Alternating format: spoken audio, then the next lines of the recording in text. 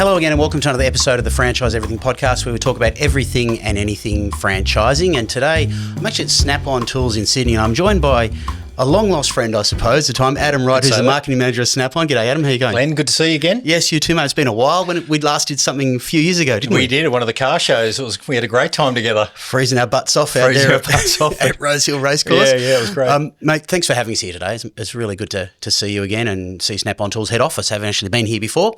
So we're going to talk today about Snap-on Tools' franchise business model. But for those who don't know, even though you've been around for 105 plus years. Not me personally. No, not you. No, sorry about that. What is Snap-on Tools? Can you describe it? So Snap-on Tools, yeah, as you said, 105-year-old organisation, US, born and bred organisation. We operate out of 130 countries across the globe with 4,500 franchisees who bring our in-demand tool solutions to in-store to the customers directly. And your customers are like workshops? Yeah, dealerships, specialty areas, or, automatic transmission specialists, diff specialists, etc. A variety of, like we say, if it's got wheels or an engine, then we're there. Yeah, excellent. I think most people would know the brand, would have seen the trucks on the road for sure. I mean, very cool looking trucks. Correct. Our red and white mobile stores are very iconic, and people see them out on the road all day, every day across the country, both here in New Zealand. So we, like I said, we bring those in-demand sort of tools directly to the customer, which, for us creates, great convenience and a level of customer service that's not met by any other So I just want to touch on that. Yeah, so that direct-to-customer relationship, has it always been like that? Is that how the business was founded? It has. Back in the day, when the founders started the business, they started taking tools in the boot of one of their old Chevy cars back in the 20s, 1920, the company started. 1920s, and started delivering tools to workshop out of the boot of the car. So that's how the company originated and started that direct-to-customer model. And so I imagine that is very much built on relationships. Is it at local level? Because, I mean, it's like, mechanics at a local level there, they would have their guy, wouldn't they, or their person who would turn up there. So it's really a relationship business, I suppose. 100%, Glenn. We pride ourselves on the fact that we are a relationship business. Because you've got to be welcome, don't you, if you're going to turn up? You certainly do. And, some of our guys have been out there for a lot of years who've built those relationships with customers. So, trust is a very important word, as we know, and once you have that trust in the business, in the marketplace with your customers, then it goes a long way. And I'll give you an example. How far that trust and that engagement goes with consumers or our customers is that we have. I know one of our franchisees up on the north coast of New South Wales who he had a local regional dealership, car dealership there, and they had a couple of techs away sick, and I think one guy left the week before, and they were just overwhelmed normal with work. Staff issues and stuff. And and the franchisee went in there and could see the boys were under pressure. They were stressed, so that afternoon he went and parked up his van when he finished his run at 4 or 5 o'clock in the afternoon. He went back to that dealership and he got his, he was a tech by trade as well, and he got his hands dirty and he went in there and helped the guys pre-deliver cars, service vehicles till like 10 o'clock that night. So just to get through that initial surge. And the loyalty's there too. Yeah. He had a very loyal customer base, and he was paying it back, which was great. And I suppose that attitude, it's an attitudinal thing, isn't it? That has to be there. And because it's not like you get a mobile coffee, right? You turn up, you're like, oh my God, thank God you arrived. But it could be a different thing if you're there you've got to be not there to sell tools. You've got to be there to give solutions to problems, haven't you? Correct. Yep. That's exactly right. And that's where our guys with a level of training, they got their expertise in the field, understanding, the automotive business and what our tools provide, and finding the best solution for the problem that's on hand at the moment for the technician, So that's about finding efficiencies, because time is money. So if we've got a workshop, 100%. So if we've got for the technician, so if we've got the right tool to do the right job every time, then that's a massive cost saver for the technician and for the workshop. So who are they visiting on? Like, how do you, like, obviously you don't just knock on a door and this is the one we're going to. So how do they coordinate? Like, do they find them, or does HQ find them for them, or how does it work? So when they come into the business, we have a set run, which we call list of calls. Mm-hmm. So it's not by postcode, it's by, I guess, the density of workshops in a local area or a town, or, in Sydney, it can be a couple of suburbs.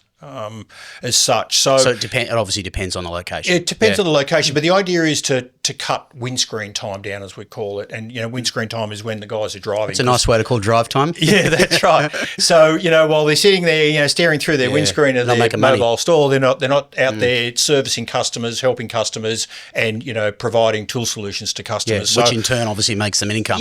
So we try to group the franchisees' list of calls in a certain area where there's a good density of workshops there, so they don't have to be driving all around the countryside to service dealerships and workshops, etc. And how do you come up with that? How do you come up with this list? You thought it was a list of calls? Yeah, we have a surveying team that go out as well, and they survey workshops and see where their locations are, etc. And then it comes back to the in-house franchise team here, and they've got a lot of technology and maps, and they work their magic and figure out what's the best. Never-ending data, I can imagine.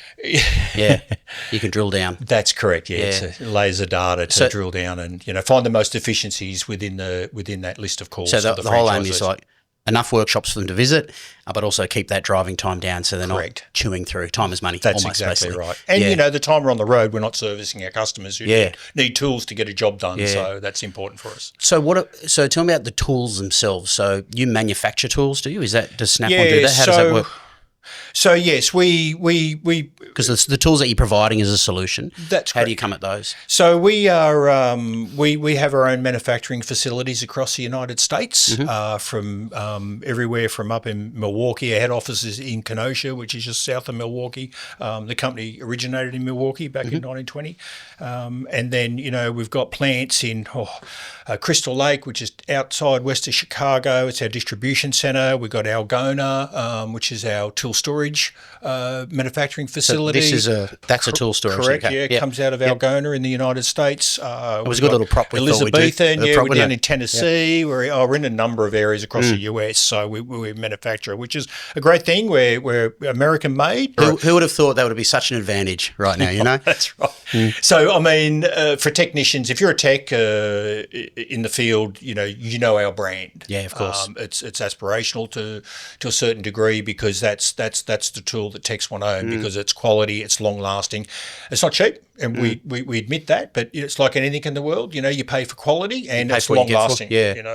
So for a franchisee entering the business, what does support look like? So how does that sort of structure goes in? You come into the business. Are they generally, put it this way, actually, are they generally technicians and mechanics previously, or do you have none? I'm interested in how that. Yeah, look, a mix. It's not a prerequisite that you need to be an tech. Does it help?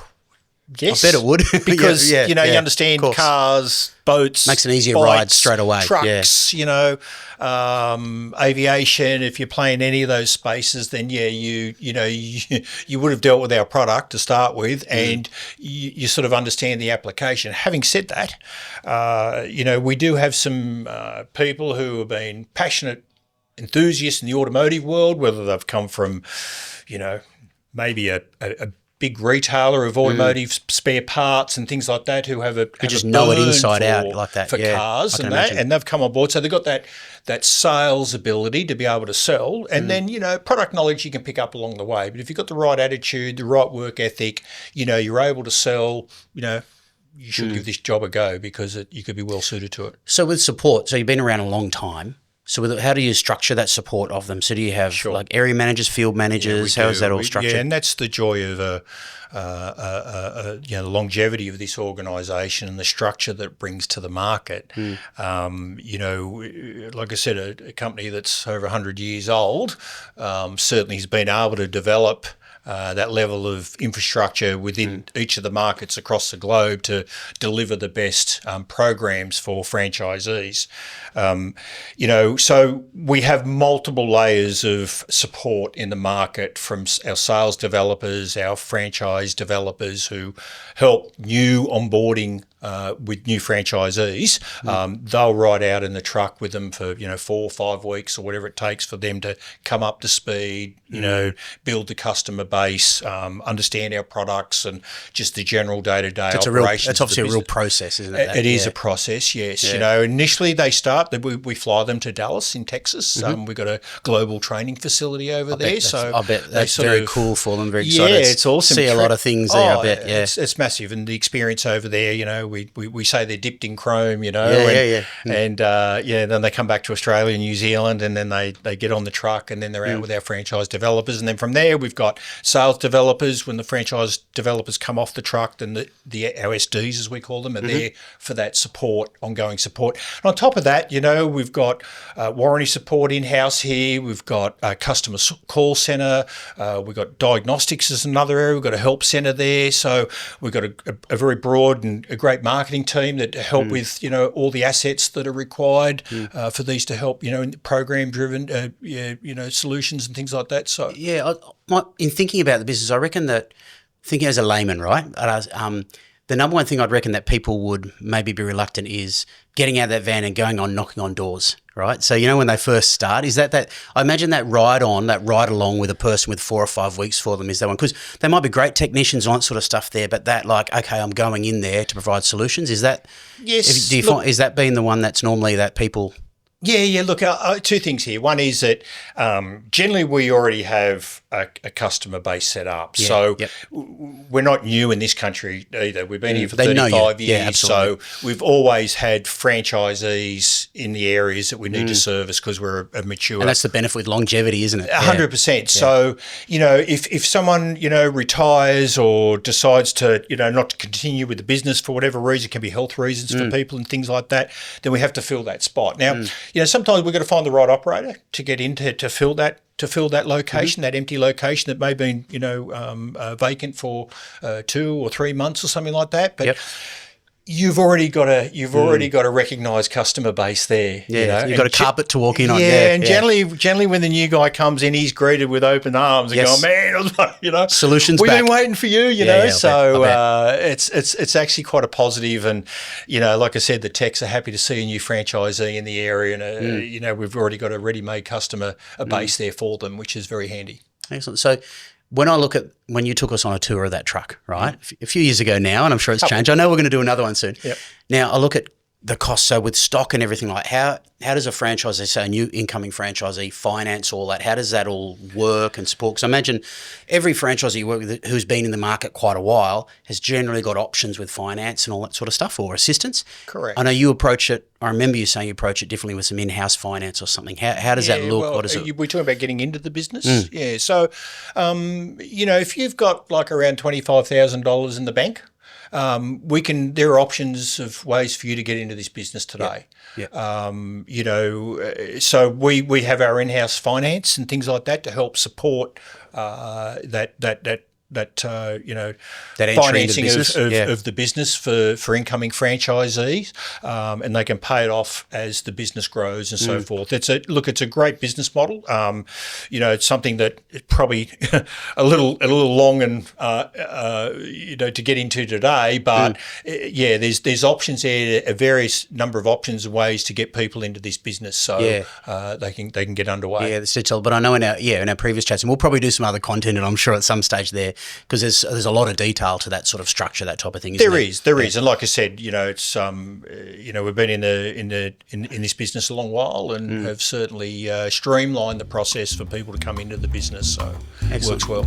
Well, we know a lot more about Snap-on tools now. There you go. Don't we? Yeah, even again, Adam, thanks for joining us, mate. No problem, mate. It was great to have a chat. Excellent, mate. And that's it for another one of the Franchise Everything podcast. Hope you enjoyed this one. Please like, subscribe, share, do all that sort of stuff, and we'll catch you in the next one really soon.